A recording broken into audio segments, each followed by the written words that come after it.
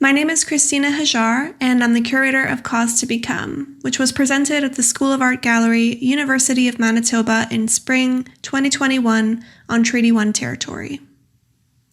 Cause to Become is a group exhibition formed around queer diaspora, and it includes the artists Whess Harman, Mariana Muñoz Gomez, Florence Yee, and Hagere Selam, shimby, Zegeye-Gebrehiwot.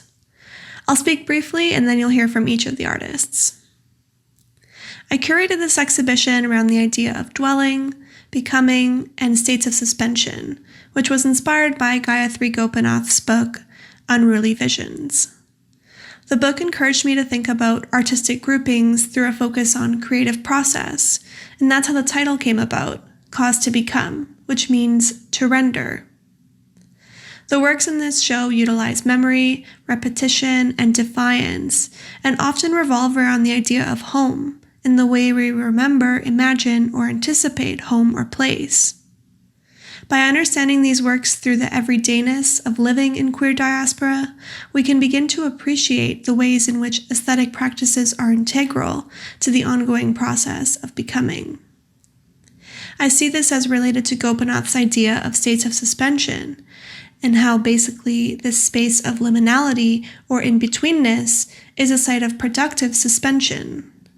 It's not a stuck place, but one that is generative and active in challenging heteronormativity, homonormativity, gay and immigrant respectability, and the Canadian or American dream. Queer diasporic art works to liberate us from these superficial and oppressive agendas. It impacts our sense of space, place, and time, and provides new ways to relate to ourselves and each other. The artists in Cause to Become embrace liminality, longing, and sentimentality. They shift our gaze and enable what Gopinath describes as new forms of affiliation and relationality. Experiencing these works together opens the potential for transcultural exchanges and dialogues, where queer diaspora, in its overlaps and its multiplicities, may nurture intimate relations and creative defiance through autobiographical aesthetics. I'll now turn it over to the artists to talk about their work in the exhibition. So for making this work, I really had to think about kind of the struggle I have with interacting with my own queerness.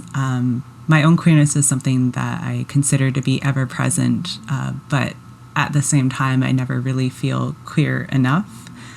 I've never dated someone that I've really loved. I've never had sex that I've enjoyed. And like all of these conversations that I feel a lot more comfortable having would be totally impossible in my home community for so many like cursed colonial reasons.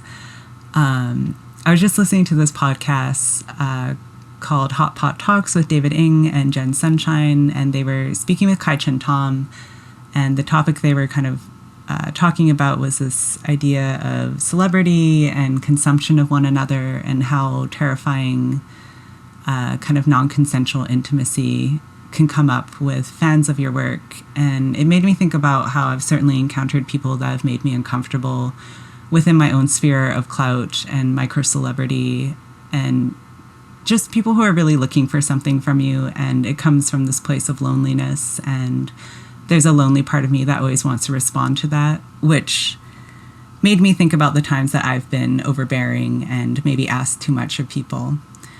And one of the things Kai Chen talks about in particular is how in social justice movements, we've really come up in this time of disclosure being the price of our admission into spaces. And something that she said that really struck me and stood out was that our traumas don't matter. Our marginality isn't real if we don't disclose our suffering. And it's hard because I think a lot about how I struggle with talking about queerness, and a lot of that struggle comes from just an inexperience of talking about it, because my first and foremost issue has been to deal with talking about colonial trauma and being in a racialized body. Like, I am always Indigenous first. That's just how the world treats me and how I have to interact with things. And with this work in particular, like, and a lot of my work, it's a screen. Like, you need to work to decipher it. And I think what I'm hoping for with this one is that there's something that tastes sweet once it's been unlocked, which is a significant divergence to a lot of my text work, which is more deeply rooted in both abstracting and revealing in such a way to force an audience to consider a broader colonial trauma, either through humorous deflection or pointed provocation. One last thing I was thinking of just in talking about this work is Hayden King tweeted recently, do you ever wonder if your family is cursed or if it's just colonialism? And I think of it because the more time I spend on my own queerness, the more I find myself unwrapping things, only to find that, so this was difficult for a lot of colonial reasons. Go fucking figure. This is Mariana Muñoz Gomez speaking about the artwork Recorrer to Wander, made in 2019. This work is a series of 4 screen prints on creamy Stonehenge paper that is 30 inches tall and 22 inches wide. The screen-printed images include circular vignettes of my arms, legs, and feet, as well as horizontal images of landscapes and a domestic space. 2 of these prints contain both space and body imagery, overlapping or floating around each other within the paper. One of the prints contains only body imagery, floating or overlapping with each other, and the other only includes landscape imagery. The images of land and space are from photos taken on trips visiting my family in Mexico, where I was born. One is printed in cyan ink and is a long shot photo of treed mountains and the sky. Another is printed in black ink and is a photo of a framed photo and painting on the wall in my maternal grandparents' living room. The image is cut off so you can barely see the photo in the frame, and a vertical section of the framed painting is visible. The image in the painting includes leafy trees and a building below them. The one printed in magenta ink is the one that isn't printed alongside any body imagery. This one is a picture taken from an airplane window, showing a strip of cloud going across and a puffy cloud around the middle, with its shadow visible underneath it. The images are all made photographically and put through different adjustments in Photoshop. For the images of my body, this was done to adapt them for the CMYK screen printing process, where an image is broken down into 4 color layers: cyan, magenta, yellow, and black. You can see a fine circular halftone if you look closely that looks like small dots. When printed correctly, these 4 layers align and a photorealistic image is produced. These images show parts of my body in action poses. My knee is bent with my bare foot under it, or my hand pushes on my thigh with my elbow bent. In another photo, I am in a running start pose, and my hand lies flat with a straight arm, and a bit of my bent knee is visible behind it. I use the CMYK process to connect the act of making an image to the construction of identity. As I print each layer of color, I am literally building up an image. In Recorrer to Wander, I purposefully print with some technical errors to call attention to the construction of the image. In my artistic process, I am often thinking about how identity is constructed by various factors and contexts. I wanted to include some kind of interference in the land and space imagery as well, and I imposed a line halftone on a diagonal. The closer you get, the harder it is for your eyes to understand what you're looking at. It just looks like a collection of jagged and randomly thick or narrow lines. But looking at the print from further away, the image comes together and the scene is more perceptible. I think about the photograph as conceptually and literally tied to the material plane. Before digital photography, taking a photograph of a person, being, or object meant that they had to be present in order for the image to exist. In Recorrer to Wander, I conceptualize photography, identity, and movement to wander beyond the physicality of the here and now. My name is Florence Yee. I'm the artist of the Proof series. What you see in this exhibition is a diptych of 2 of the 3 in this ongoing work in progress. This is a series of hand-embroidered watermarks on large-scale inkjet printed photographs. It's done on cotton voile, and if you go up close, you can see that the raised lines are threaded text that repeat this common barrier to the so-called true image. My overall project seeks to problematize monumentality, its claim on authority, permanency, and representation, to arrive at some form of queering memory. As one of my departure points, I'm interested in the concept of proof, the term used in printmaking to mean a preliminary stage of work, but also the common usage as the evidence of presence. I took this photograph of T-Base's Chinatown anti-displacement garden a year after we built it in the midst of commodification by a cannabis company. The furniture in the garden had been moved and to make way for a commercial venue. And that day I had found some abandoned chairs on the sidewalk and brought them as placeholders of a private space. In this cotton print, you can see the lush green space that was attractive and marketable to that commercial development in this image is now interrupted by this embroidered watermark. I use this as a symbol of defiance of ownership, of finality, and it points to a deeper history of gentrification and displacement in Chinatown and many other neighborhoods in Toronto, warning of the complacency that exacerbates these long-standing issues. I also have concerns about the trap of legibility and visibility when it comes to queer bodies. Even as queer and racialized people are gravitating towards archival practices from which we were once excluded, the form of the archive itself still retains the structure of the problem. Colonial systems of ethnographic classification and representation still remain challenges in the reimagining of archives.